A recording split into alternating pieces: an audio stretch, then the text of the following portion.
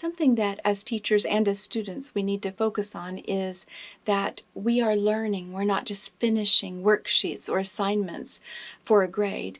We need to help our students partner with us in their own learning process. One of the most important ways that we can do that is to give feedback as soon as possible, and that feedback enhances learning.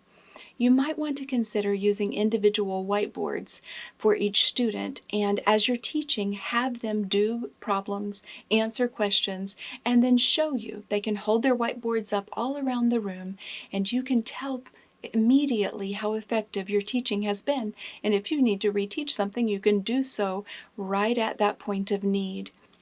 One of the most important ways that we can let our students partner with us in their learning is to share assessment results with them, as well as benchmarks.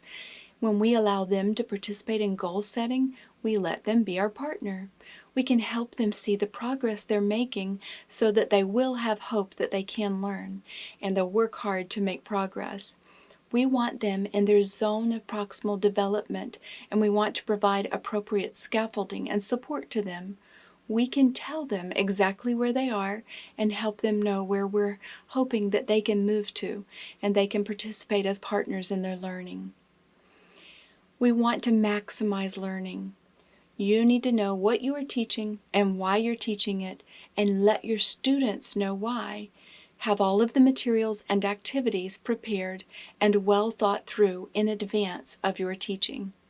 Lesson plans let us do that. They're a scaffold that help us frame and present curriculum in a manner that keeps our students engaged and working at the appropriate level of challenge.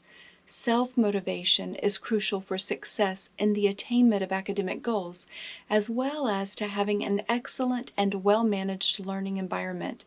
Our lessons are a set of steps, a way of teaching that will help students be motivated to learn. We want to consider varying how we teach so that different learning styles can be honored. One of the best ways to do that is to provide choice. We give students options and assignments. We can also use technology to increase engagement. Some of the innovative approaches that we should consider are thematic learning, cooperative learning, and outcome-based learning. Teachers must be culturally sensitive and culturally literate.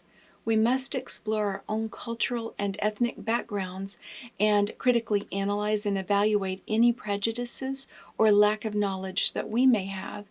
Getting to know more about our students' backgrounds, including social, cultural, and religious practices, can help us understand their behaviors and attitudes, their lifestyles, and their thought processes.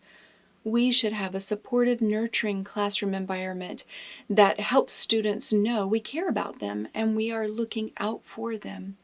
We need to be respectful and tolerant of their cultures in the way that we teach. Having books and other materials that are diverse sends a message to students that we value diversity. Building opportunities for small group work allows students to interact with those from different backgrounds and come to know them as individuals. According to Gabriel, cultural diversity presents both a challenge and an opportunity for Christian teachers. The challenge arises from the fact that attitudes and behaviors are culturally driven and can trigger differences which may lead to conflict and misunderstanding in learning environments. With this challenge comes the opportunity for teachers to aid students in the cultivation of Christian virtues, which will be evident in behaviors and attitudes that reflect tolerance, acceptance, and respect for those who are culturally and ethnically different.